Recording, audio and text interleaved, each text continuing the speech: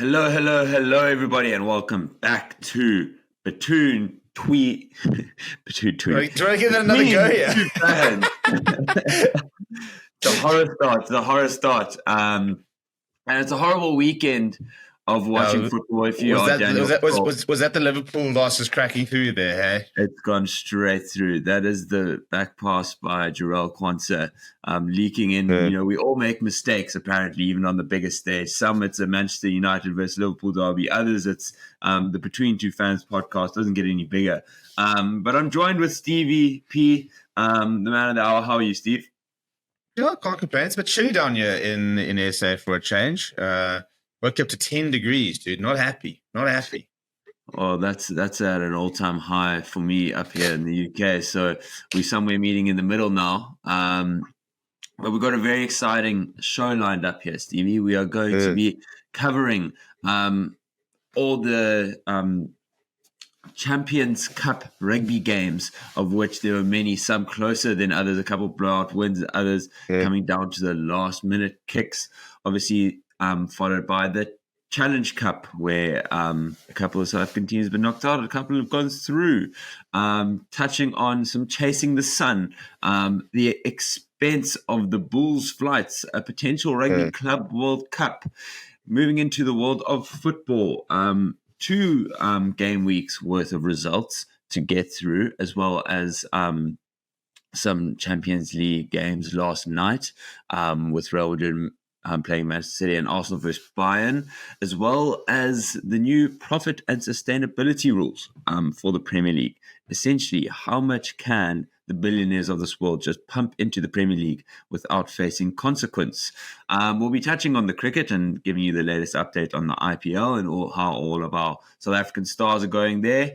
We're going to touch on the two oceans and see, speaking about Gladys Steyn, and see what she's going to be doing to try and break the record again. And of course, it is the best week of golf in the year, some might argue. It is Masters Week. And so we'll be taking a trip down memory lane to Augusta, touching on some of the South Africans playing and who Steve and I think will be, lifting the trophy at the end of 4 days of golf. But before we go any further, Stevie, predictions from last week. So for those who are new around here, each week we make predictions on 3 different sporting events and come back and see really who can predict things and who gets unlucky. And it turns out that I've been on the wrong end of that stick for a while now. It was a 6-2 split going into this weekend. Stevie leading by 6 points to 2. And the first game of the weekend was Stormers La Rochelle. Stevie, now this is a bit contentious. So Stormers losing that 21 points to 22 by 1 point. Your prediction, Stevie, was La Rochelle by 5. Mine was Stormers by 2. No, I think there's an argument to be had here that I was actually closer. No. Are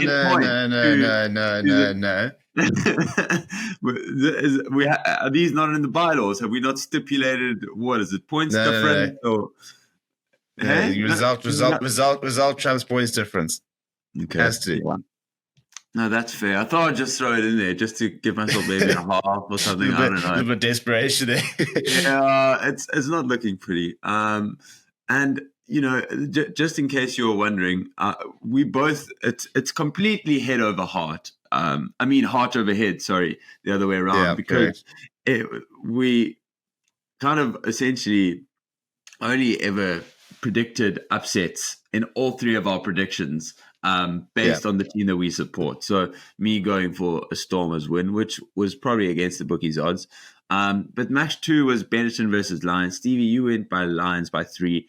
I went Benetton by 4. Benetton running out winners there, 27 points to 17. So Benetton by 10. As I said, this is a head versus heart game. Stevie going with his boys, the Lions. Me having a bit of a reality. To be fair, had we named the team we named, I think even the heart wouldn't have gotten me to pick the Lions win. I don't think sort of a B team over there. Yeah, it wasn't the best.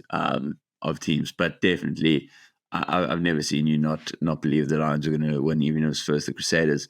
And then lastly was Man United versus Liverpool, and that ending 2-2. I was sure of I actually thought it was quite risky, the 2-0 clean sheet. And if you look at XG, I think it's probably pretty bang on. But Stevie Peace coming out of nowhere from the top ropes with a 2-2 prediction, hitting it right on the nose. And that gives you the win for the that was just ball knowledge. Hey, no head, no heart. That was just pure. And I just know what's cooking here. One goal from 30 yards out of nowhere against the run of play. Another one, just a screamer from an 18-year-old kid. A gifted penalty after a nice dive. Oh, get out of here! It's a penalty every day of the week. Get out. It was. If you had actually waited for contact, it would have looked a lot better. But yes. You know what frustrates me? I was going to wait for the Premier League session to get into this, but what frustrates me so much is that United didn't even give me the opportunity to laugh at you for losing against Chelsea in like the 97th and 99th minute. But we'll get to that a little bit later. Stevie, will you take us through this weekend's European Champions Cup? Yeah, listen, I mean, I put a tweet up, basically, and I think I'm very interested to see how things are going to go. And I think we're going to talk a bit about the travel situation, but home ground advantage is paramount in this competition. And we're going to go through the results, and it does reflect that. And I was saying, I reckon we're going to see teams, especially I think the South African teams, if they want to compete in this competition, they're going to have to prioritize group stage games a bit more. They're going to have to try and make sure that from a seeding perspective, when they get through to the playoffs, they've got a high seeding, because we will not compete, I don't think, until we are hosting, like the Sharks, for example, we will host a home quarterfinal. Because if we look at the results again, they all favour the home side. So let's go through it. Harlequins, a home victory against Glasgow Warriors, 28 points to 24. Tried a cross kick right towards the end. It was inches away from being a very, very good. And I really wanted them to do well there. Yeah. And what I will say is I think the cross kick was the right idea as well. A lot of people say that's a risky play, but they weren't going anywhere. They'd gone through about 18, 19 phases. It was on. You try it, and I like the fact that they got the back. In cricket nowadays, it used to be that most daring thing that you don't do. Now it's a come part and parcel of the game. It feels like I appreciate that more than it's messed up. Yeah, no, that's the thing. And you look at, a day later, Stormers tried and Miley Buck nails it and they go open. That gives them the chance to win the game. So didn't mind that at all. Bulls hammering Lyon 59 points to 19. I think a big victory was expected there. Maybe not quite as emphatic as that, but playing at Hoppers 1 in the afternoon, very, very warm. The altitude definitely played at home as well. Yeah. So, I mean, the French don't often travel. Exeter getting the victory over Bar, 21 points, 15, a bit of a closer match there. The contentious one, Stormers 21, La Rochelle 22, Miley Buck missing a conversion. A very interesting conversation. I want to go through the results. I want to come back to that conversation. We'll talk a little bit about the flack that Paul Miley's getting. But we'll talk about that once we go through all the results. Bordeaux 45 hammering Saracens. Bernard Jackson coming out now saying that the whole subs thing needs to change and stuff like that, because how can you begin to compete against that Bordeaux pack, and it's unsafe for the game, etc. And once again, amazing how those conversations always start when in England gets knocked out, or in this case Saracens get knocked out. And I can tell you right now, if Saracens had bullied Bordeaux and shoes on the other foot, we would not be talking about such. But yes, then Leinster beating Leicester putting up a bit of a fight there. Good to see Andre Pollard, Jasper and the boys.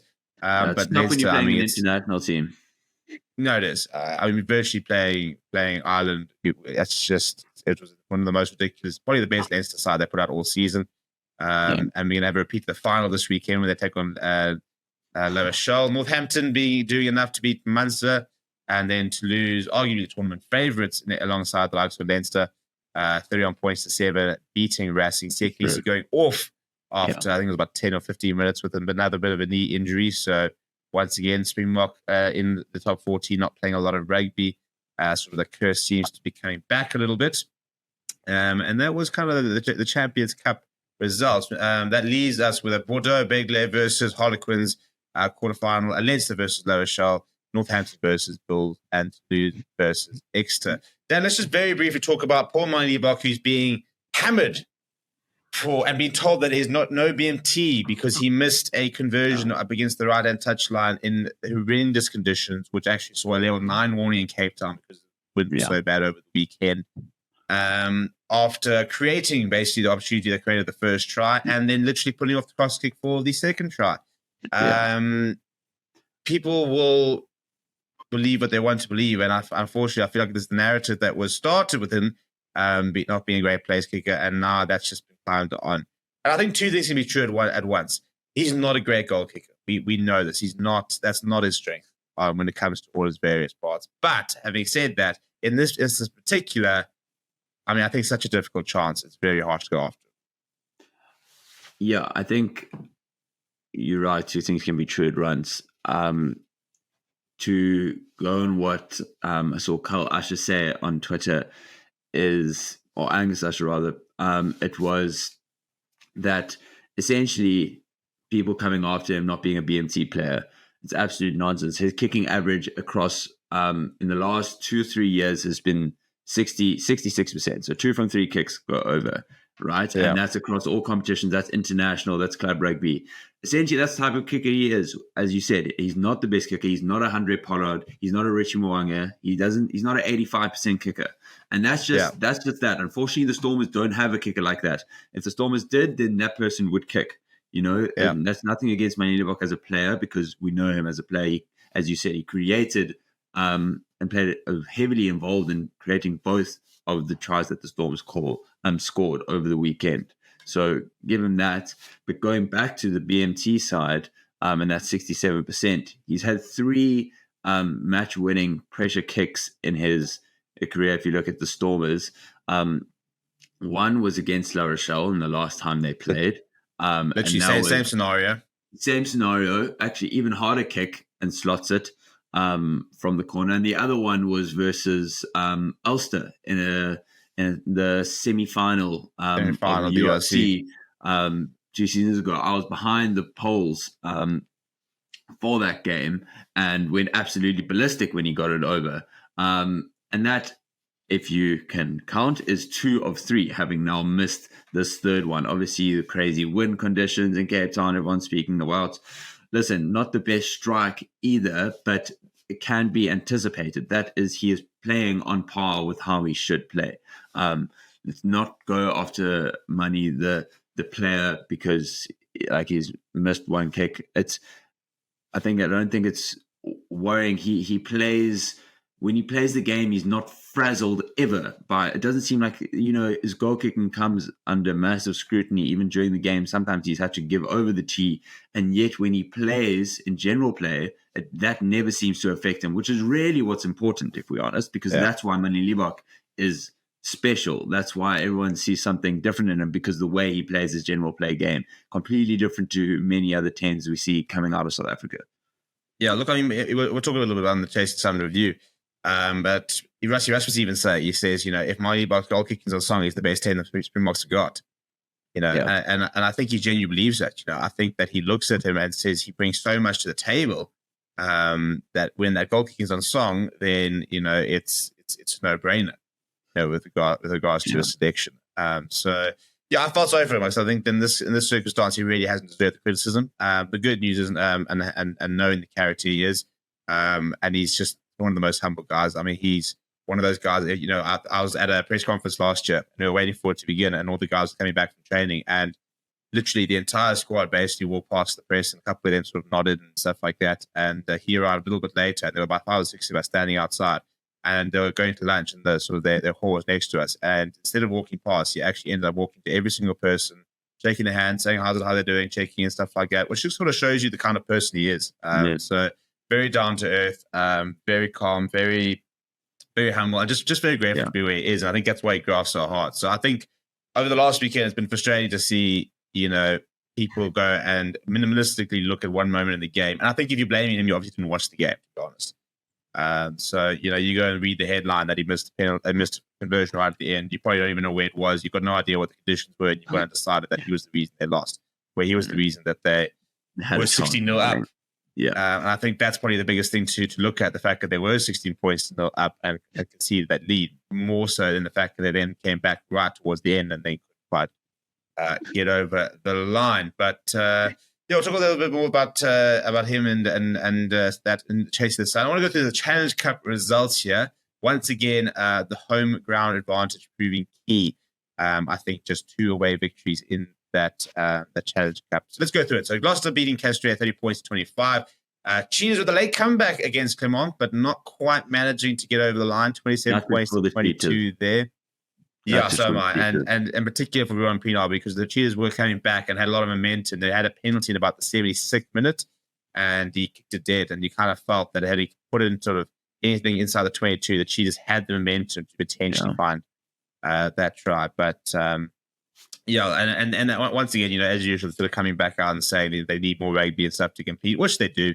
How are we going to solve that? Well, we'll have to wait and see what SRA we can cook up. Benson then beating the Lions. Lions leaving a lot of their stars behind. No Morris Lowe, no Nahamba, for example. No Kieran Hall, no Edel van der Merwe. So it was very much a second string line side. Even if you look at the pack, Frank Hall on the bench. No everyone Fenter. Just to focus on URC now, making it pay. Yeah, and it'd be interesting to see if the Bulls do a similar thing, or what sort of the Bulls traveling squad might be. Although their travel, and we'll talk about that, has been a bit better. Edinburgh then beating Bayonne 33 points to 15. They'll be traveling down to South Africa as we speak. Ospreys 23 points to 15. Big victory for them against Sale. Ulster hammering Montpellier, compounding what has been a bit of a disaster season for Montpellier. 40 points to 17 though. Maybe Stevie Kitsoff could be signing off for Ulster with a trophy there. Sharks beating Zebra 47 points to 3. Zebra never really in the game. Cooking. Yeah. As we've been saying. No surprises there. Might just become a Siamasuku fan club right over here. You should just change the podcast name to I can't say the normal one out loud anyways. So. Yeah, true. And you didn't butcher Siamasuku at all there. So not once. We might have a change. And then the final results of the weekend for the Challenge Cup: Connacht beating Power 40 points to 30 in a high scoring affair. Which means this weekend we will see Gloucester host Ospreys, Claremont host Ulster, Sharks hosting Edinburgh, and Benetton hosting Connacht. So some nice results. But Dan, let's talk about some other stuff surrounding rugby. First of all, let's talk about a big Willis Skelton. A bit of a rugby values moment this weekend. Sam Murat getting himself in all sorts of trouble with the tackle and clearly concussed and play. First of all, as often, unfortunately, the referee not picking up the head contact immediately and not stopping play. But as play was being worked towards it, Will Scholtz very much pretty much just pushed a maul 5 meters away from someone, right? Which probably and he just said away. Yeah, and basically just sort of sheltered him. And I mean, like if Will Scholtz sort of like puts his body over you could probably like cover half our population. He's that sort of size. Never mind Salman Murat, who is like I've never seen Salman Murat dwarfed. It is the first it looks time so small. Yeah, it was like shouting at a child, and this is like someone who's like 2 meters tall, and it's like supposed to be that is like one of the next enforcers. But I mean, Skelton. First of all, I really enjoy watching him play the game. I think that he's a bit of a master of the dark arts at times, and some people are like, it's his bit of thuggery. But I think he plays the game with a smile on his face, but he enjoys a bit of the grit. He gets under people's skin. He'll take on players. He had that bit of a beef with Andre Hugo Fenton in that first leg, but you can just see he's also a type player. Just the right amount of Aussie in him. Just the right amount. Exactly. Just the right amount. Too much, he would have walked on someone Murat. but enough to give it a push and a shove, which we like. We want a little bit of that. Yeah, we want personality. We do want personalities in the game. But not one to not care, because obviously that was a massive hit from Murat, and it's scary when you realize like what rugby and that physicality level is at on the stage that they're playing at, to see someone go down like that. But big up Woody Skelton, just for essentially having the awareness to be able to kind of protect Murat from any further damage. And obviously we wish Murat a speedy recovery there.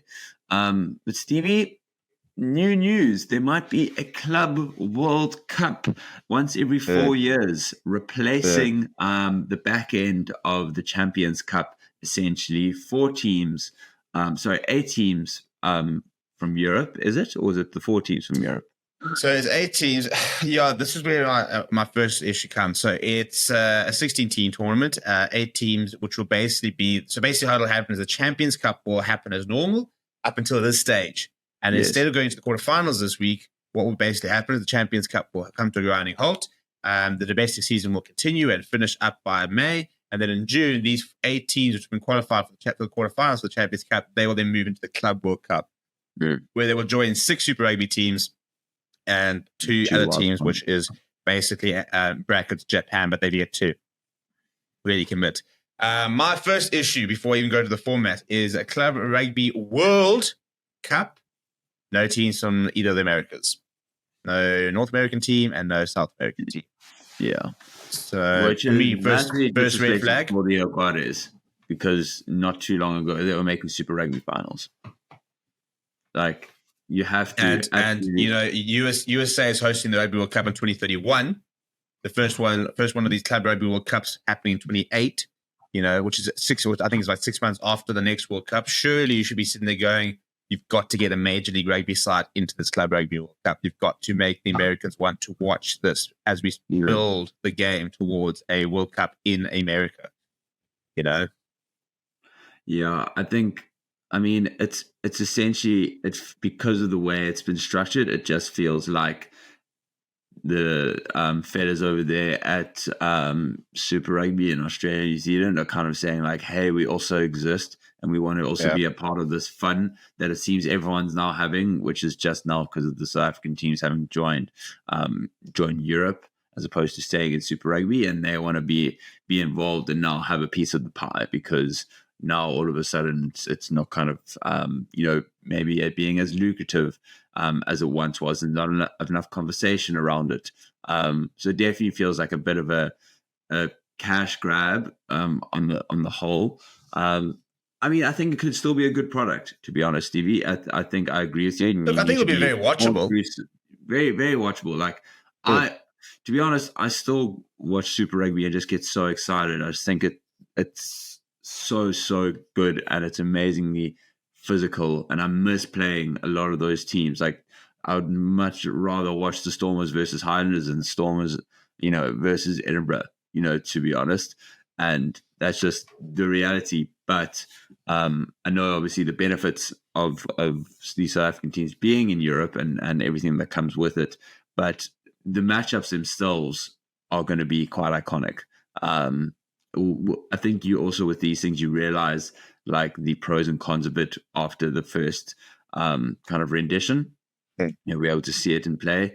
Obviously, there's a massive conversation to be had about the schedules of these players and where this is all going to fit in, and where are the top players in the world getting this rest time? No off seasons between with World Cups and now Club World Cups, British and Irish Lions series. So the best players in the world are getting less and less breaks. Yeah. Essentially, look, I think from that perspective, I don't think it'll be too bad on the Champions Cup teams. I mean, you think that it's basically replacing the quarterfinals, semi-final, and final. So if you were to get that far, you're playing 3 games.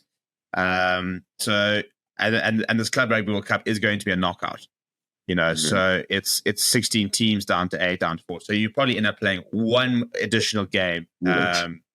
More than maybe you might have if you gone to the Champions Cup final. Obviously, from a scheduling point of view, it just means that your domestic season will finish earlier before then going into this block. So it would be quite hectic, and obviously a lot more teams would be involved. Then it's more games, and so I think it's more Super Rugby, which obviously you have to play a full Super Rugby.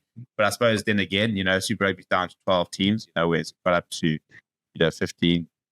So 62 at one stage. I mean, I think from a scheduling point of view, it's going to elongate the season for a lot more teams. But I think my biggest problem is just also, even within the current format as the representation, when you think that there are basically 40 sides, represented across the URC Premiership and top 14, and they get allocated 8 spots. The Super Rugby is 12 teams, and they get 6 spots.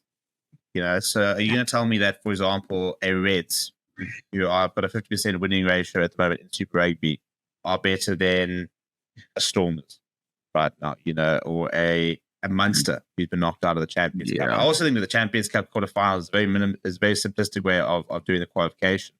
Personally, for me, if you go to Club Rugby World Cup, it should almost be a bit like sort of Champions League, where you can kind of look at a bit of a coefficient or whatever, or just look at the pure number of teams, and you go, right, URC have got 16 teams, they get 4 spots or whatever. Super Rugby have got 12 teams, therefore they get 3 spots. Top 14 have got 14, they get 3 spots or whatever. Yeah, it's probably better and to be a do bit it more on representative. league results anyways, because cup competitions are always harder and doesn't always reflect a whole season's worth of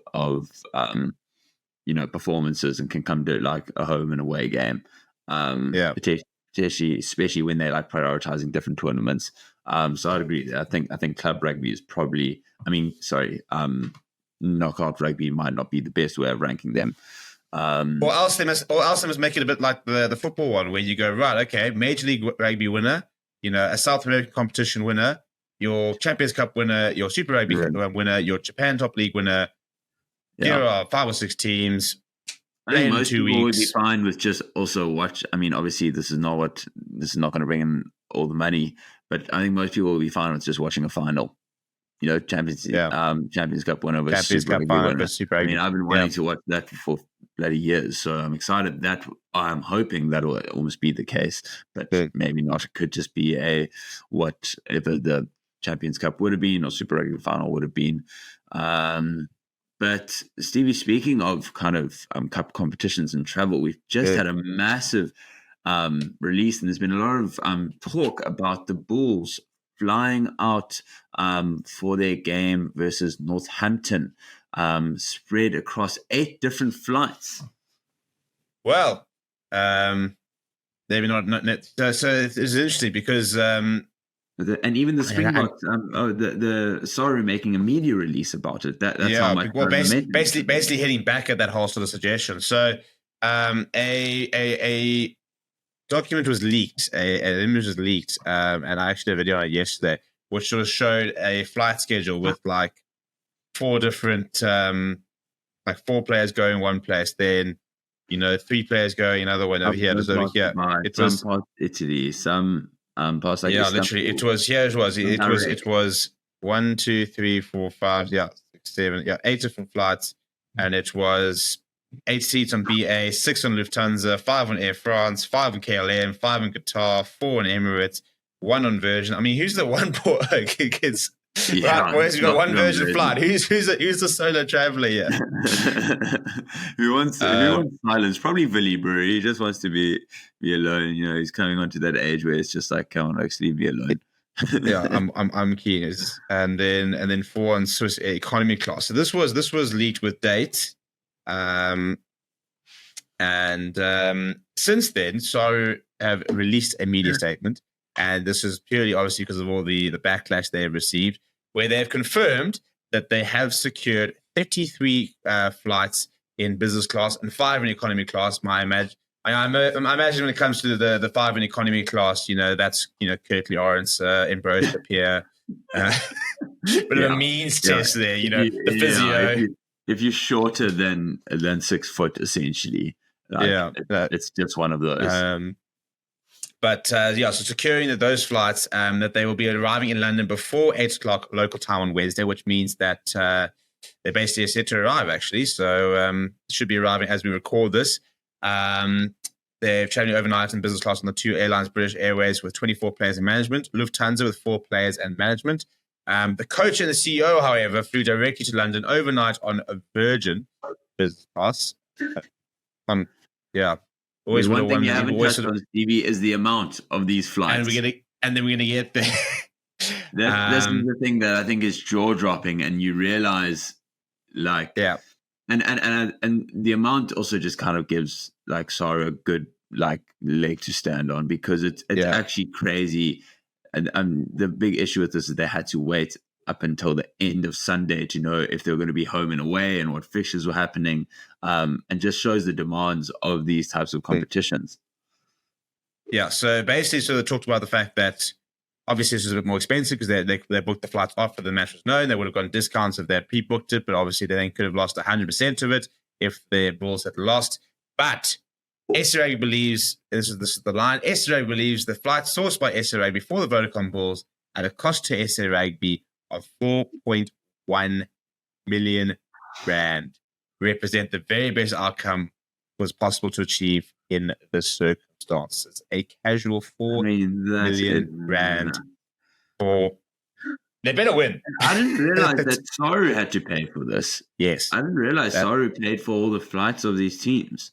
That's news to me. I think we need to maybe bring on our Cash and Sport just to give us a little lowdown of how money is spent, and is this normal? Are the Bulls and Saru gonna get that money back if it comes off? Obviously, the Bulls would probably need to host another game. Obviously, that's where you make a lot of that money back. But I mean, that's incredibly expensive endeavor. 4 million rand just to get a team over there. Well, and if then you think about, you play what? I think it's about, so in the URC, you've got 8 away games. So you probably got about 6 overseas games, for example.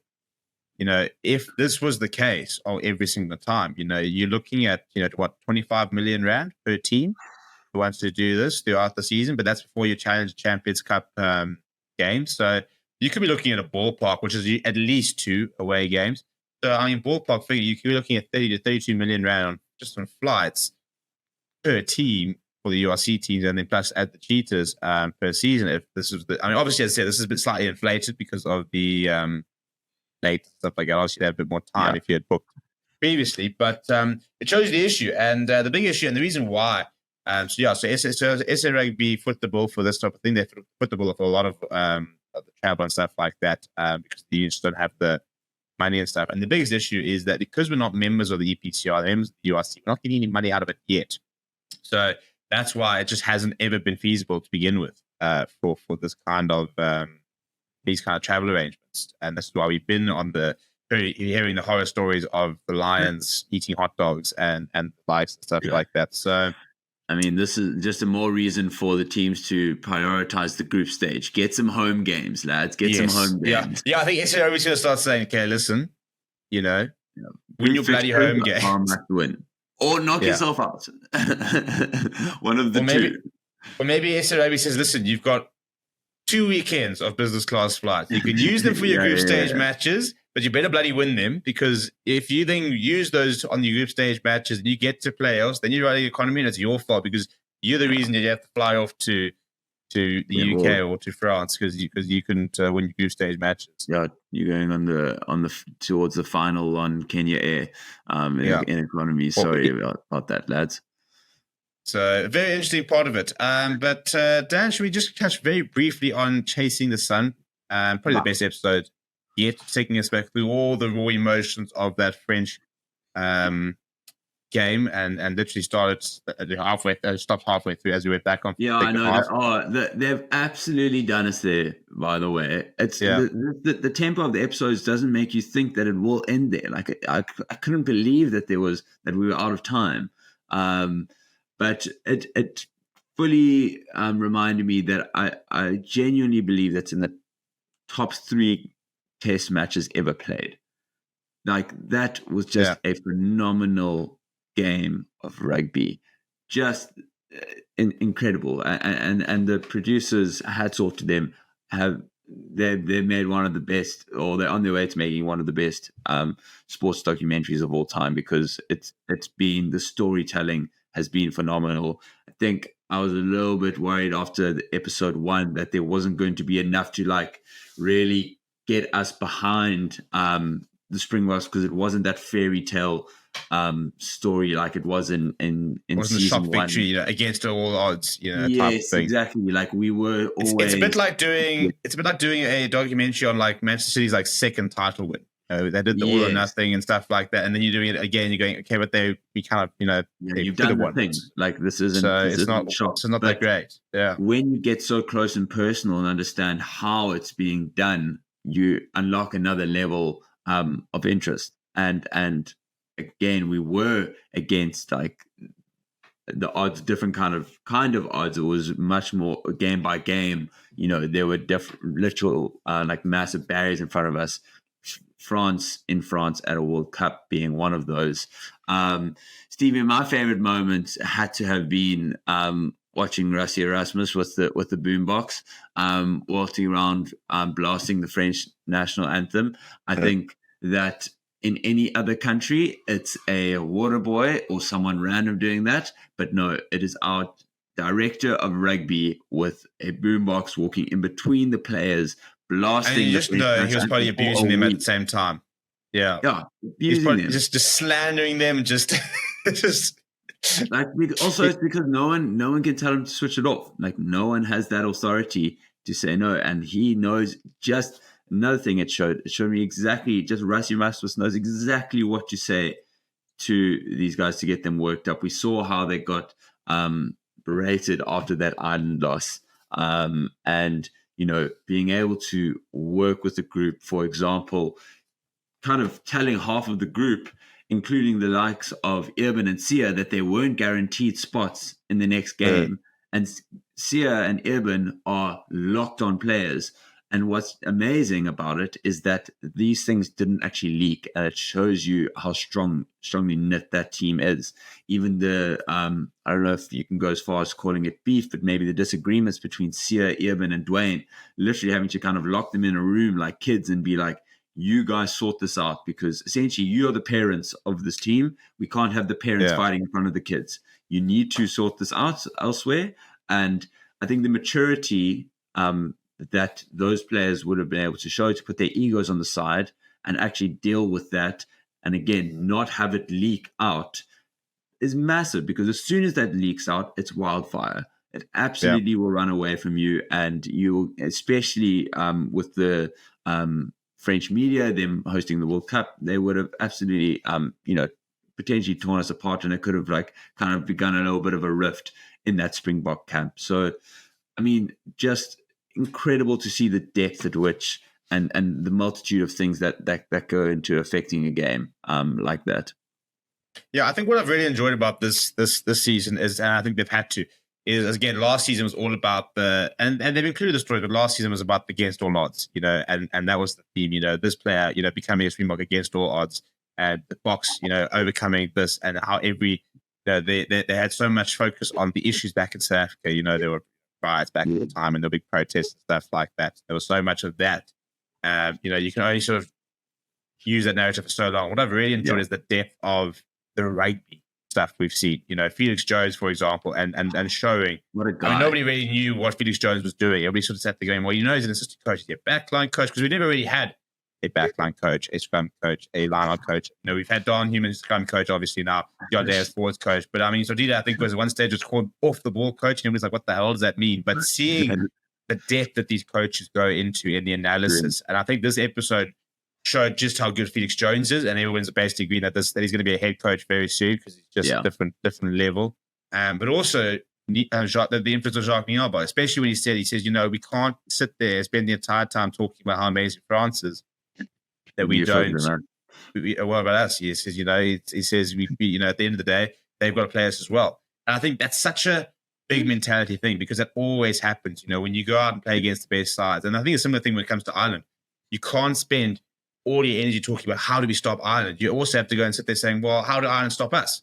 Yeah. And I think that attitude was massive for a side coming up against the world champ. Well, the world champ is coming up against the tournament favorites, the hosts, and to be able to take a step back and say, but you know what? We're not just going to play how we beat them. How are we going to make ourselves, difficult to beat? How are we going to nullify them and make ourselves, difficult to contend with? And I love that attitude that, there's two teams in the field. Absolutely. And all of these small moments, just, the charge down from Chesney and the studying that he had done on Thomas Ramos's kicking routine, the anthem, the depth at which Felix Jones, finding, footage on a deep dive on YouTube coming in. My favorite line was, morning. It's like, lads, I found nothing. I went down a rabbit hole last night. And you just see, I was like, right, boys, what have you got? I just know there's a nugget in there. It's like, yes, okay, we've won the game already, but these are all like 1%ers, and it's been spoken about that the Springboks were just always going to somehow win this World Cup, winning by 1 point every single game, and now we are understanding why that is the case, and I'm so excited to see what happens in the next 2 episodes, because it's on its way to being, as I said, one of definitely my best ever sports documentaries. But Stevie, let's move on to the football of the week. There's been a lot of rugby to speak about, but also there has been some football. Two rounds of Premier League action. And most notably, well, we'll go into game week 31 before this past weekend. The big one being Chelsea coming back and beating Old United 4-3. 2 goals in the 96th and 99th minute, or something crazy that. like that. I think we led at 98 or 97 or something. I saw stats. The latest a team has ever led for them to go on and lose a game. Newcastle drawing to Everton. Newcastle trying to make a run, maybe for some European spots. Huge result there for Everton, by the way, who were deducted a further 2 points yesterday. Yeah, they really. So that's 1 point that's been nullified, really, because that shouldn't have been a draw for them. That was a game that Newcastle should be winning. Yeah. Also, a bit of a nervous penalty from Dominic Calvert-Lewin, but getting the job done in the end. Yeah. West Ham and Tottenham drawing. Tottenham not being able to take the opportunity to go ahead of Villa, but Villa going and losing against Manchester City 4-1. If we go into this weekend, Stevie, Spursy now getting the result 3-1, and Man City also getting the job done 4-2 versus Crystal Palace. Arsenal getting the job done 3-0 versus Brighton. But the big one was United versus Liverpool. Have you thrown away the league? Oh, I think we have. I was calling us absolute bottle jobs. I was slandering Liverpool to myself, not online, because that doesn't help anyone. I was so frustrated, and I feel like it's been coming from this Liverpool team, winning positions, not winning games. And it's just, you're asking too much of yourself to score too late, too frequently. I mean, you guys were nowhere. I think it was Gary Neville said it. There's no one who plays worse than United and gets results. And it's a good trait, but it's horrible to watch. I mean, you guys were absolutely nowhere in the first half. How you weren't 2-3-0 down is shocking. Bad back pass by Quinash, and a well hit, good take from Fernandes, who is my least favorite player to score versus United. And then you guys, to be fair, were a bit all over us for a second. Yeah, that was wild, actually. The momentum shift was nuts. Like, I haven't heard. But I think that also in a while. But that also shows you this United team. This United team is so fragile that the confidence, that when they go a goal down, they're like, oh, well, here we go again. And they score a goal, and they suddenly realize, oh, actually, maybe we're not actually that shit. And you're like, well, yes, half of you guys are you guys have finished second in the Premier League. It's not that new of a squad, you guys have done things for your international teams. You're not that shit. Just play football. That's why I say you guys are desperate for a big figure and a leader. No one knows who to look at to turn it around, other than a spur of the moment piece of genius from Bruno Fernandes, who goes and scores that one from 30 yards out, chipping the keeper. Then it's moments that you're waiting for. It's not people, and you guys need people to rely on. I think not signing either Declan Rice or Harry Kane in the summer was a massive mistake. Should have signed both. If you signed both, I mean, you would have been set back a good couple, to at least 200 million. But those are the types of people that like that pressure. They like the weight on their shoulders. And I think the period of that game where you were dominating Liverpool would just happen more frequently, as you said, because then the fans can believe as well and get behind it. But it ended up 2-2. So 1 point. Arsenal still have to go there, so you better bloody step up when they get there, Stevie, please. We guarantee nothing. I guarantee nothing, yeah.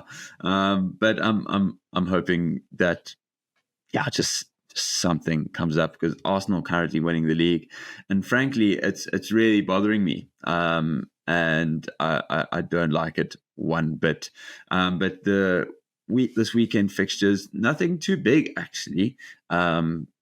Chelsea versus Everton, I think now is going to be a very interesting game, but not that much riding on it. Everton now still need to actually get a couple more points to get out of the danger zones. But Liverpool versus Crystal Palace, Liverpool at home, so shouldn't be troubles there, but not quite sure what you can get from Crystal Palace. Manchester City versus Luton, again, you'd expect City to get the job done. And then big one, probably the biggest one of the weekend, is Arsenal versus Villa. Villa going 2-0 up, and then going 3-2 down, only to level it at 3-3 over the weekend versus Brentford. So also a bit up and down, hard to predict. But that's probably the game of the weekend, Stevie. Yeah, I reckon. And in theory, it's a game that Arsenal should win, but it could be a game where Villa, if Villa rock up, we know that Villa can get a result there. Yeah. I think it being at the Emirates is probably a big factor. But I think, we're looking into sort of the run-in, and I think that's the biggest thing. If you look at the different run-in, that's where I still think City take this. You've got Spurs, you play all three, so they can be potentially the big sort of a team that can crown. They have a lot of upsetting to do. Yeah. And they have a lot to play for. They have to win as well. Yeah, no, exactly. So not only do they play all of them, but they're they're literally level on points with the game in hand, in fairness. But they can't afford to slip up. They want that Champions League football, and just very much said that's exactly what they said. That's a minimum requirement. He's very much coming with a big time mentality. I've actually enjoyed that from him. So Villa, Spurs are not going to go and sit there and say, we'll just try and grind a couple of draws. They'll want to get results in those games. They need them to get that top four. Absolutely.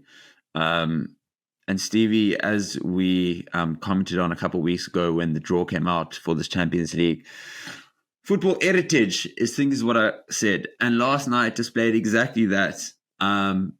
Two unbelievable games. Real Madrid and Man City, that actually not could be a final. It probably should be the final. They're just so good. Just the twists and turns. City going up within the first 2 minutes, then Real Madrid 2-1 up, then City 3-2 up, and then a 3-3, an unbelievable goal from Valverde. Just ending 3-3 as Madrid hosted, and next week they'll be going to the Etihad to play the final leg. And I think now with the new formats, playing home second is such a massive advantage, because the prospect of penalty shootouts at home cannot be discounted. Used to be away goal. Can we talk about that format? Because I miss the away goal. I kind of also do. I don't know. Like away goals, there was so much jeopardy in that away goal. Basically, these two ties was massive. Absolutely these two ties massive. Might as well be. It's 0-0. Yeah. You scored 6 goals, and going into the second leg, it's like, okay, well, we're on level terms. So, City, I think City the first leg basically didn't happen. It's basically like it's like a rugby situation where you're playing a one-leg quarterfinal in, but it's just who gets the luck of the draw. So Bayern Munich get to have a home one, and City are at home, and it's basically effectively 0-0. I miss that. Whereas, for Bayern to go to the Emirates and get 2 away goals, you're suddenly thinking, cool, that's them with the advantage, stuff like that. And some people were saying that, there wouldn't have been so many goals had there been away goal, which I disagree with. We used to see some of these results back in the day of away goals, stuff like that. All the time. Yeah. And you used to be able to come away with like a 3-2 loss, but you can come away with like a 3-2 loss, and you're like, but we got 2 away goals. Like, that's important. That's something. Yes. Yeah. So I miss the away goal. Yeah, I think we'll have to see a couple more play out, but it definitely doesn't make the draw of who gets at home fixture in the second leg just so much bigger. But the other game of the evening was Arsenal versus Bayern. Bukayo Saka putting Bayern ahead. Harry Kane, and I believe it was Serge Gnabry, the old Arsenal player, and Harry Kane, the Spursy boy, just coming back to haunt Arsenal. Phenomenal scenes, because I've gone past the point of hoping that these teams progress but don't win. I just want them to lose. I'm done. I'm sick. I think United have done this to me. I want none of it. They must get knocked out. Bayern and Madrid, I want them to go through. But essentially, after Bayern went 2-1 up, there was a late equalizer from Leandro Trossard. And a bit of a penalty shot at the end there. Bukayo Saka. Well. First of all, that's the most ludicrous thing I've ever seen, by the way. I mean, to launch yourself. The one when he launched himself at Neuer. Yeah, I know. He kicked Neuer. He was not going in that direction. Neuer did very well. He just stood there. He didn't move. But did you see the incident that happened as well, where the whistle went for to basically the free kick, and I think it was Gabriel, or it was Raya played it to Gabriel after the whistle had gone. So basically, it was like, cool, now play it, and he passed it to Gabriel, who then picked it up and put it on the line, basically took a goal kick.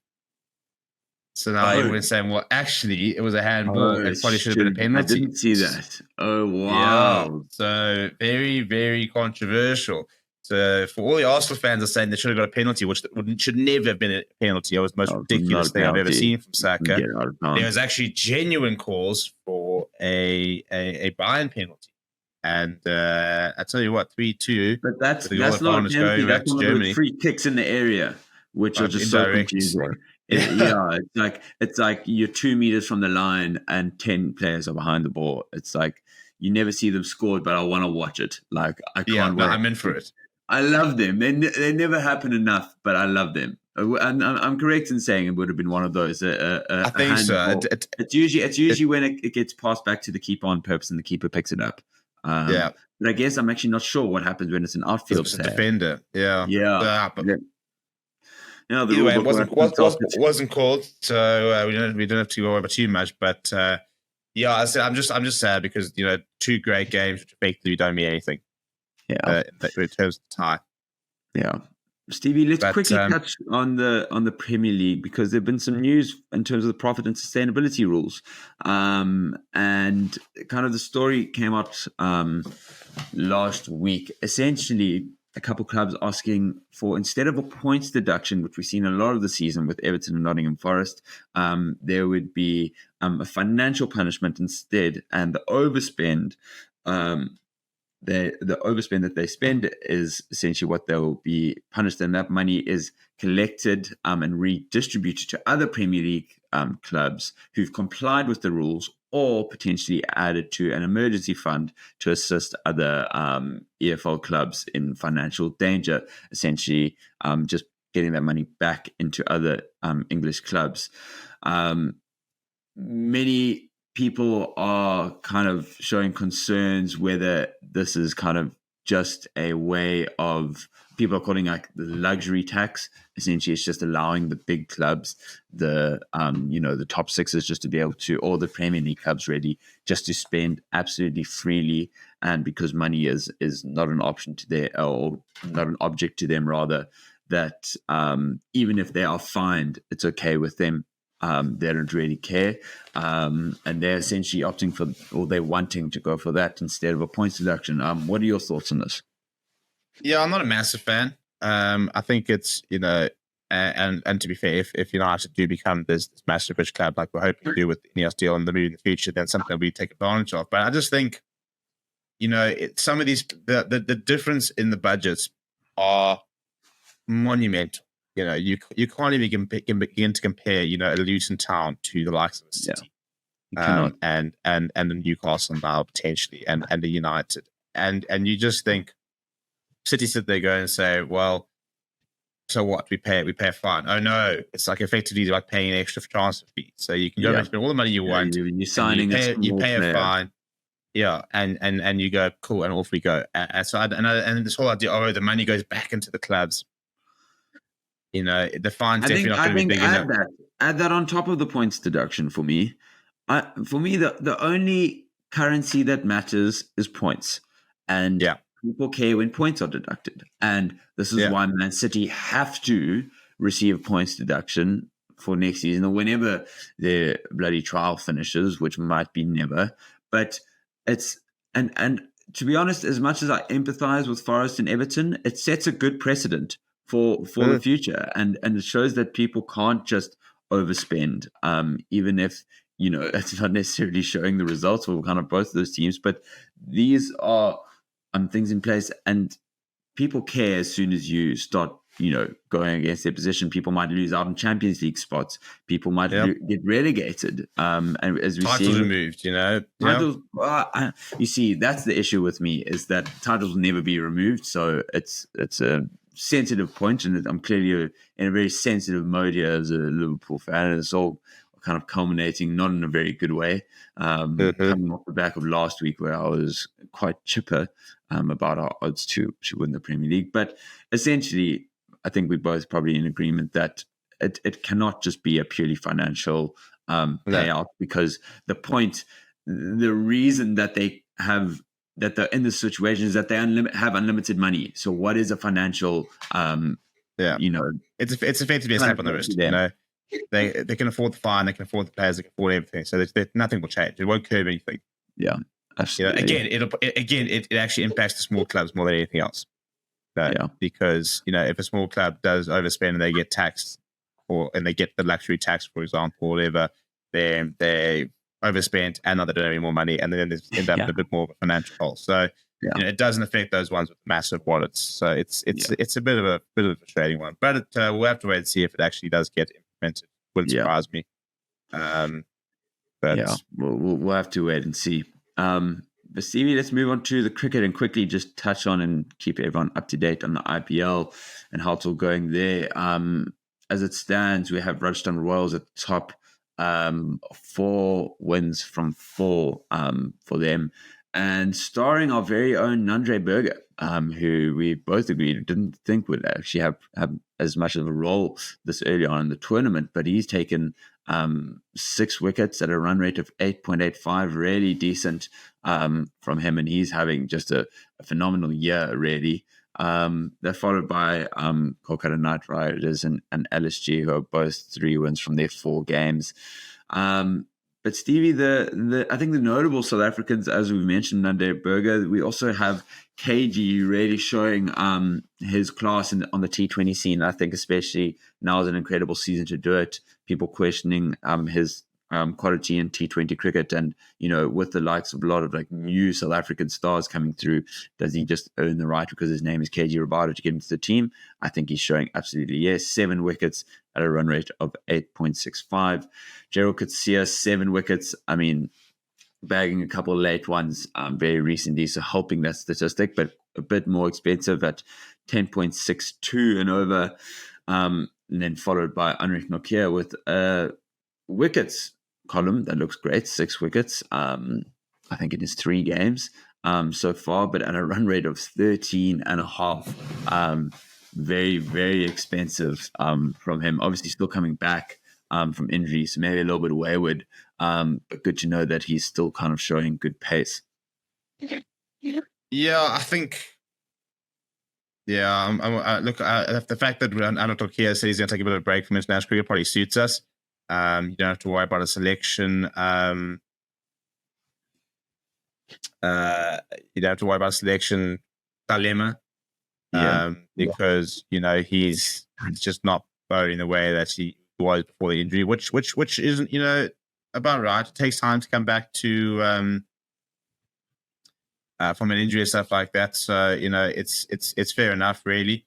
But he's not been great, if we're being brutally honest. And I think that it's going to take a while. But my biggest concern, I think, is, and we look at the batting at the moment, but we've got bowlers who can take wickets, but I look at who's going to contain runs during this World Cup, and that worries me. I mean, when you've got Rabada, who's the most economical at 8.65, you don't consider Rabada as the economical winning type in T20s. And Gerald, big wicket takers. Yeah, look, Gerald Coetzee is that. Gerald Coetzee is never going to be. He's going to be expensive. He's an aggressive bowler. He looks for wickets, but that's why he got the record for the most wickets for South African in the World Cup last year. He will tend to be a bit more expensive, but you can afford him to be expensive if other guys are controlling the game and keeping the runs down, and he's your wicket taker. We've got wicket takers in that team, but I'll tell you what, if it's going to come down to like a Shamsi and a Mara to try and contain, then there could be a bit of a long tournament. But the batsmen looking nice. Heinrich Klaasen still up there, but let's talk about Tristan Stubbs. Who for me has just booked his spot. I mean, his team, the Daily Capitals, who's also my team. Supposedly 1 win from 5.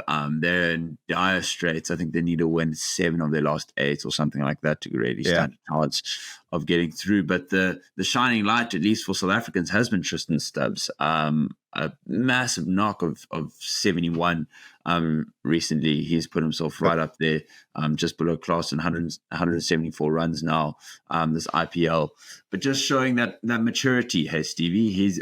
We saw it in the SA20 this season compared to last season already.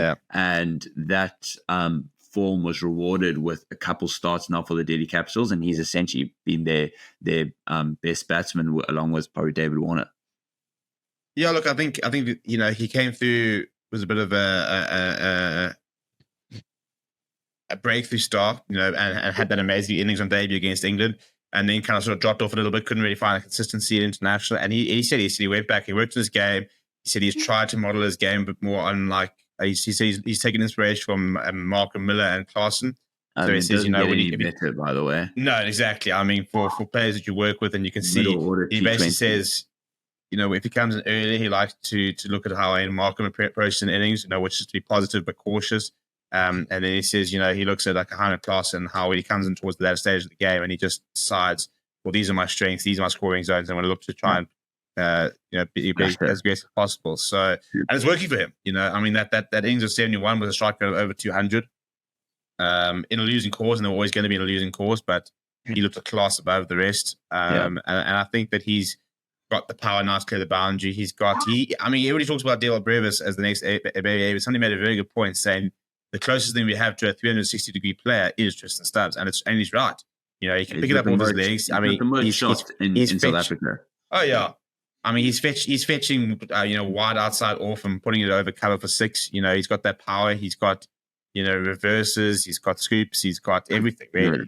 There's a cricket shot he can play. He's an incredible athlete. You can tell. And he's built well, as you said. I think he's growing. He's become a lot stronger. The way he clears the rope a lot more easy. Not just over Carl corner, but going over extra cover, for example. That's become an incredibly strong shot of his, which takes a whole lot of strength. But then he also has, he can get cute with the dinks over and splitting a point in third man, short third man, for example. I think you're absolutely right, though. It probably is the closest thing we've had to a 360-degree player. I think for us, it's just hoping that this form continues, and just we've said that these are your trials for the World Cup, and he's put his name right up there with kind of knocking on the door in what is a very crowded middle order for the South African T20 team.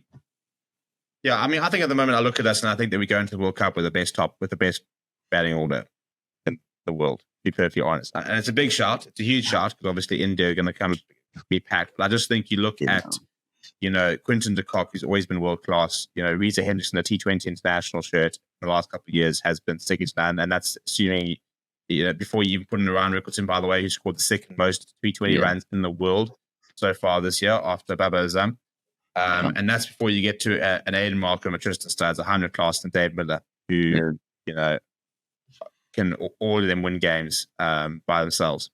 So, I think that we've got our sort of 1 through to 6 pretty stacked. The bowlers then become the issue. Also, Marco Jansen coming at 7 from a batting perspective, hit a long ball. So, batting all sorted, bowling a little bit less sorted, a little more to be desired. But a little bit of time to sort that out. So, not panicking yet. Yeah, absolutely. But Stevie, you are running this weekend. We're in the wind. I'm attempting to. You and Starting together. No, you her pace setter. No, yeah, there we go. I'll give you the pace for 100. I was actually saying to somebody yesterday, I really want to do the Kipchoge challenge where people go and set the treadmill to his world record pace. That's how far can you keep it up for? And I reckon I've got about 100 meters in me. Yeah. So, but yeah, it is the Two Oceans marathon, which returns this weekend. And I am flying down tomorrow morning, actually, down to your neck of the woods, down to Cape Town. I'm going to be taking on the half marathon, which is on Sunday. The ultra is on Saturday, which is sort of the main event, or basically, the fun run on Sunday. But it is so one thing I've done it before, and one thing I'll say, it is so busy. If you have as bad a seed as I do and get chucked at the back, you don't see clear tarmac the entire race. It's just I think it's like they've got a whole new seating system, which I'm going to speak about. It's going to be absolutely mental. But we'll get there. So ultra on Saturday, which is just sort of the feature race. And in terms of your favorites, from a men's perspective, give more. Matsugunyama, the 2023 winner, is back, the Zimbabwean. So he's looking to try and defend his crown. And very interesting as well, Stephen Makoka, our sort of SA marathon king, really, who's been around the block and going to Paris this year. He's going to be taking on the ultra for the first time, and it will be the longest race he's ever run. He's a marathon runner, like a genuine out-and-out marathon runner, but he's decided to take on the ultra, which is 56 kilometers, by the way, and a tricky 56 kilometers. It takes you through Chapman's Peak, lots of climbing, and it's a horrible route because the climbing's towards the end. I think you're about 50, 35 Ks in before you even get to Chapman's Peaks, and that's between 30, 40 kilometers. So it's a tough route. But from a staffing perspective, and to be honest, I think it's amazing how this for me has now become, the feature event, and that's Currie Steyn. And it's same as when we go to Comrade. She is just the queen, different level. I mean, she last year, especially you look at the Comrades, and I think she was basically the top 10 overall finish in the event, but it was like ridiculous. And under 6 hours last year. Yes, it was a bit of a shorter course, but so she'll be going for the record. And the thing with the Two Oceans was why it's slightly different to Comrades. There's no up run, down run. There's no sort of change of course. It's basically the same route. Although the only change recently in the last how many years was that it's now an uphill finish, supposed to be a downhill finish, finishing at UCT. But she did set the record last year. So she'll be having another go at it. I think she's won the last 3 years. Going for the 2023. So this is the three-peat, and she really is the first to beat. So in terms of the record, I mean, it's 56 Ks, by the way, so it's more than marathons making an ultra. The men's record, which has stood since 1988, is Thompson Magawa's 3:03. Mental, absolutely mental time. The women's record set last year by Currie Steyn is sitting at 3 hours 29 minutes.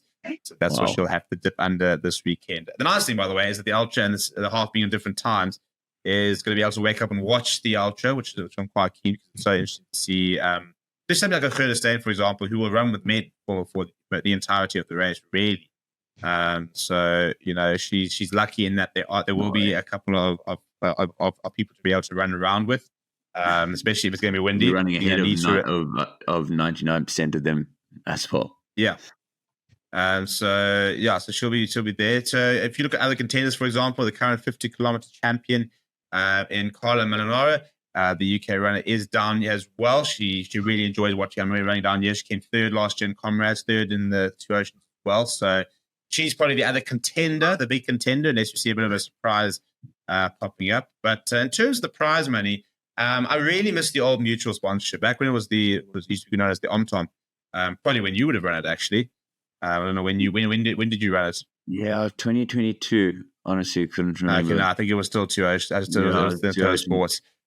But back in the OMTOM era, Old Mutual put up R1 million for a record to be broken, which is serious money. It's not quite the same. I mean, if they've got the same incentive, which they have in the last couple of years, then basically what they do is they double the prize money. So the prize money for the Two Oceans is 250,000 Rand for first, 125,000 Rand for second, 65 for third, 35 for fourth, 25 for fifth.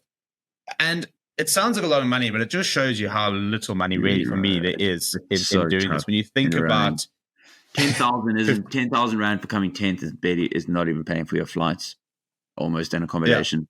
Yeah, Like, exactly. If you're an overseas based athlete, well, Curtis Stain, for example, is overseas based. She's based in Dubai, so she has a bit of a blowout and doesn't make it to. She would have to come at least, I would imagine. What do you even, third or second year? Because she's been down here for about 2-3 weeks. You have to come down early. You have to do some altitude training. So to pay for those kind of expenses, if you're not coming top 3, you're barely breaking even. Well, to be fair, she'll be struggling to doing altitude training at the ocean, but I get the point. Yeah, well, she's been in Johannesburg, and then she's obviously always do she's been in Joburg, so she went down last week, end of last week, so she's been in Joburg, and she was in Dalston for a bit as well. They always do a bit of a Dalston camp, same as Comrades. Yes, yeah. Yeah. But she went down last week. Us more elite athletes, we wait right until the end for that altitude advantage. So that's what I'm searching for this weekend. No, you elite athletes, Stevie. You choose to live in Joburg just so you can always train at that, bro. No, exactly. If you're gonna be serious, no, she's in Dubai and an artificial city and running at sea level all the time. I choose to train at altitude because This is the lifestyle I've chosen. But you spoke about the seeding and the batching, and quite interesting this year because back in the day you used to do the ultra and the half at the same day. I don't know if it was the same with you or the first year it changed. Yeah. So when I did my first two, it was the same time as well, and it was quite cool because you'd watch the ultras go, and about 10-15 minutes later the half would go out, and we kind of pick a right when they go straight type of thing. And the big thing is you've got to try and get the halves in before the ultras start coming in. So it's quite logistically, it was quite complicated. And it used to only be 3 different times. It used to be 6 a.m., 10 past 6, 20 past 6. By 20 past 6, all the halves were gone. And they basically had 5 seating groups, A, B, C, which all went out at the same time, but slightly separated with regards to time. So the elite athletes going out first, then the quicker ones, etc., then D, then E. This year, it is a bit different. They did it last year, and they are going to be, I think it's like 14 seating groups, something like that. The first one goes out at 6:15, and then basically batches of 1,000 people will go out every 3 minutes from 6:15 until 7. It's just so many people. Yeah, I'm very keen to see how it's gonna be in terms of action. I mean, look, I think chaos. I know it's chaos. Yeah, but this is what I'm hoping it'll be less chaos, because I think you would have been going out in a batch of 6,000-7,000 people. Yeah, if you're going out in the last thing. So now you're going out in 1,000. Okay. Yeah, and you're going out 1,000 people who supposedly, according to the seeding, are similarly paced. Yeah, to be honest, when I was there, it was kind of like stick to your group, but if you wanted to kind of jump forward, just jump forward. It was a bit chaotic, but I mean, I'm sure hopefully they know what they're doing. But I just remember the whole course. It's just so busy. But it's a great day. It's beautiful. There's always such good support. Hopefully you don't get too much crazy wind, but you should be protected by the forest there. Uphill race, so I hope you've got some strong legs there, Stevie, and you've been practicing a couple. Well, the last thing about living in Joburg is that you can't avoid hills. There's hills and hills and hills and up here. So it's going to be it's going to be a fun one. It's my first time back since 2018. Good luck. We'll see. I suppose we'll see. If I make it, then we'll do a debrief next week. Absolutely, we're excited to hear about it. Stevie, an exciting week, and some say the most exciting week of the year for golf. It is Masters Week. We are back to Augusta in Georgia, USA, where we have a couple South Africans representing: Charles Schwartzel, Christo Lamprecht, and Eric van Rooyen. Charles Schwartzel being the only previous winner out of those three, obviously automatically getting re-invited. But always just, some would argue, the most prestigious golf tournament of the year. Yeah, so I was reading a thread last night. I was talking about the rank the majors basically, and Masters and the Open are a different level to the other two. Yeah, Masters being the only one that gets played at the same course, and Augusta a lot of people saying that maybe that's what some people are trying to sort of justify that maybe that's why it makes it easier because you play the same course. You've got so much information. I mean, you've been playing this for 10 years. Courses like Tiger Woods, for example, with eyes closed. Yes, played it so many times, but it's not an easy course. It's a tricky course. Tricky course, and they've made it just so much longer recently as well. And rapid greens. That they've got the whole sort of like an air conditioning system underneath there, where they can basically like dry out a green in like seconds, or they can control the speed and the moisture in those greens on tap. Yeah, the injection of money in that sport is just second to none as well. Like they will do anything in their power to make that course look like it looks artificial. It looks AI built, if we're being honest. Also, no cell phones from the fans. You can't take your cell phone on the side with you. Probably the most difficult ticket in the world of sport to get, to be honest, is a ticket to go to the Masters. And yet, for example, they've been very explicitly not trying to money grab. So you look at like the cost of food and stuff like that. I mean, a beer's costing like $5. Yeah, which cheaper than going there is peanuts. Yeah, well, especially when we were at the World Cup last year and we were paying €8 for a beer. Yeah, so it's cheaper to get a beer at the Masters. I mean, you can get like food for like $1.50 to $2. It's incredibly affordable once you're there. I know the merch store per hour last year turned over $2 million per hour. $2 million. I mean, it's just ridiculous how much money and people go and spend there. And fair enough, it's probably once in a lifetime. I want to go get a shirt and a hat and a golf ball. Probably won't be back again. But Stevie, this is a good segue into our predictions for the week, because we're going to discuss our 3 possible winners, or those that we believe are going to play the best and have the highest chance of winning. We obviously have the top 3 odds of Scotty Scheffler in first with 1 to 4.65, Rory McIlroy 1 to 10, and John Rahm 1 to 10.9. Rory McIlroy, obviously the big old conversation, the last major he hasn't won. The monkey on the back. Monkey on the back. It's firmly there. How many second place finishes in Masters, or not just in Masters, but in majors does he continue to need to get through to get not just the major monkey off the back, but the Masters monkey off the back? So let's get into that, Stevie. Who are your top 3? Well, I think you have to have. I think you'd be silly not to put Scotty Scheffler up there. He's putting really well, and that's usually his bit of his downfall.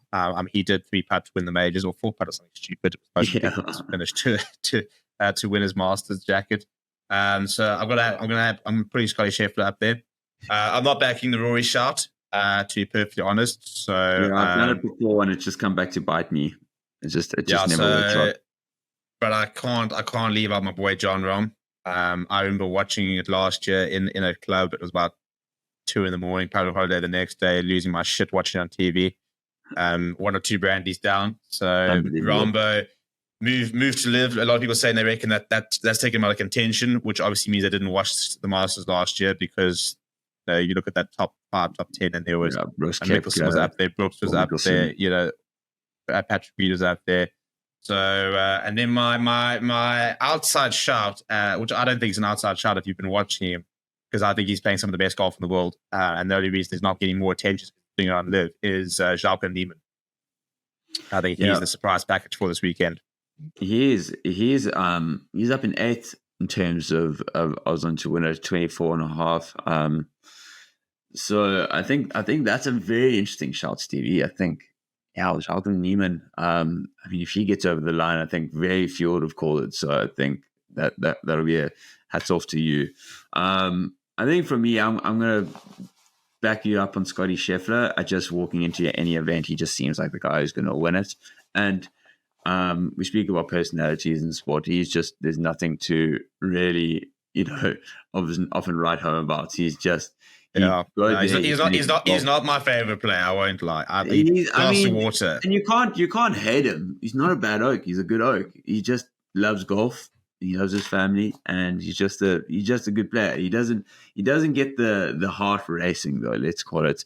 But I'll tell No. you who does get the heart racing, and it's not. And I've kind of gone with three prong attack here, all bringing something a little bit different. My second one is actually going to be Brooks Koepka.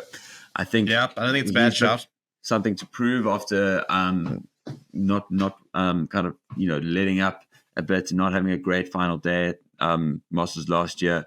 I mean, he's just a majors juggernaut. He's just always a wild card. It doesn't matter what golf he's playing. He could shoot 100 on his day the week before and go 62, 63. Well, and he believes he's better than everyone. He just believes he's better than everyone, which just he's a bit of a thuggish character. He's actually grown on me a little bit. I used to really not enjoy him. But my final shot and my favorite player I love watching more than anyone is my boy Victor Hovland.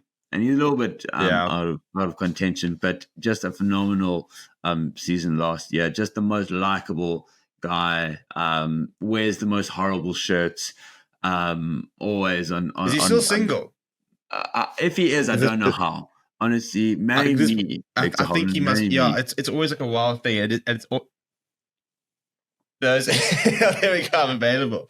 I just absolutely love it. It was the Ryder Cup, and everyone's there with the girlfriends, wives, and there's a goblin in the back there. Like, did you see the photo they took last year of all the wags, all the wives and girlfriends, and just Victor? It was so funny. Yeah, what a guy! Just the most what a character. I enjoy him. Outside shot for Victor Hovland. So yeah, we'll see out of those six, I guess players, well 5 because we both picked Scotty Scheffler. We'll see who gets the W there, if any of them. I mean, golf is just so difficult to predict in terms of an outright winner. But Stevie, the other 2 games of the week that we're going to get onto is the Champions Cup. Northampton hosting the Bulls on these 4 million rand plane tickets that the Bulls are getting there on. Let's hope they get their money's worth. What are your well, you went first for the golf, so I'm happy to go first for the Bulls. I think what's interesting about this game is it's like kind of supposedly the best English team versus the best South African team at the moment. So a lot to play for. I think, unfortunately, Bulls won't win this one. They've taken over all the players. I'm just worried with all the travel. It might just affect them a bit much. I'm saying this, and it sounds weird to say out loud, but I like the Bulls to win. I'd love to, like Currie Arons, show kind of what he's made of, and just because I think it's good for South African rugby to be able to kind of humble. It'll be nice to humble the English. But I do see Northampton Saints getting the win. I'm going to say Saints by 2 here. Very close game, but just getting over the line. I think it'll be a bit bigger than that, to be honest. I'm going to go Saints by 5. I think the travel will affect the Bulls, not having the preparation they would like. I think it's Northampton starts proper.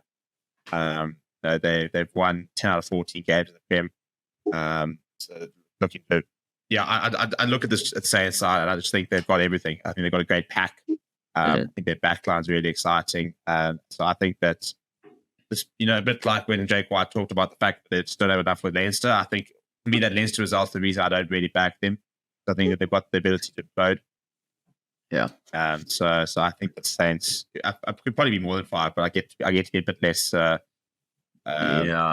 the exact benefit. I was thinking of going by 3 or 4, but I thought you'd go Bulls, so I kept it casual. But maybe you got my number. I'll play the man there, and say Saints by 5.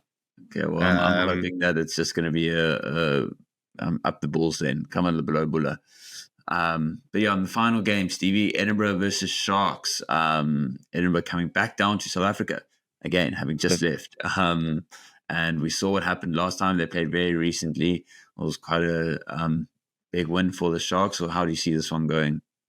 So I think the Sharks will get this quite comfortably, actually. I think that Edinburgh are a good side. I think they've had to travel so much recently. They were in Durban, had to fly back from the Champions Cup. Won the game, they're going to have to fly back down to Durban. I think the Sharks obviously haven't traveled the last couple of weeks, so they've been quite comfortable. I think that they've got such a good pack at the moment. So and home ground advantage. So I'm saying Sharks by 7.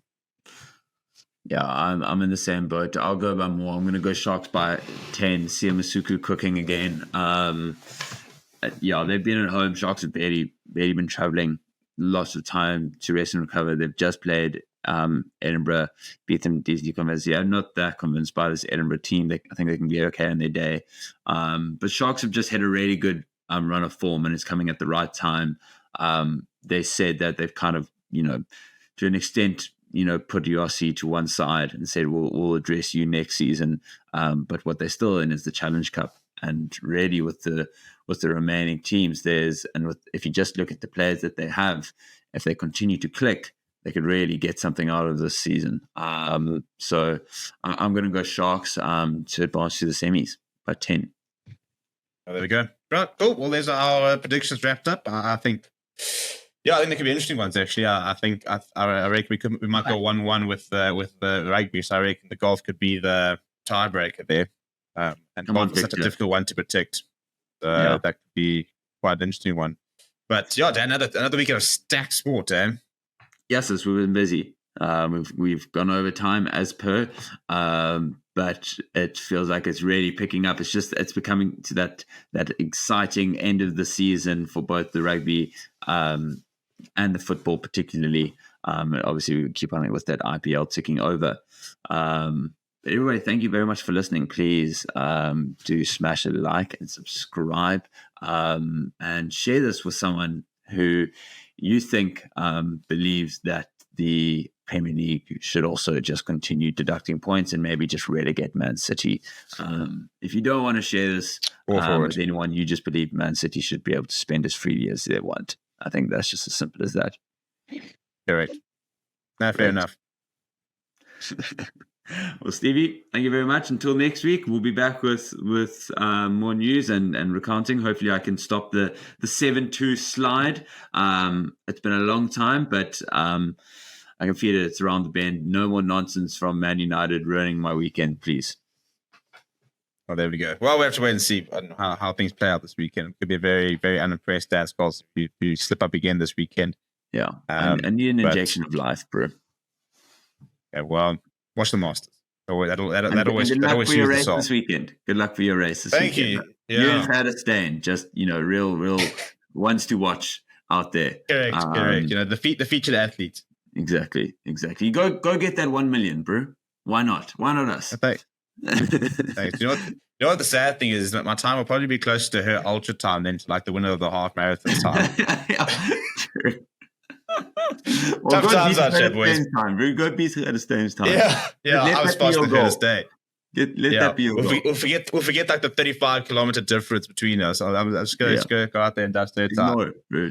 Don't let the haters let you know. There we go. Yeah, thank you very much, Stevie. And thank you everyone for watching. We will chat to you all next week.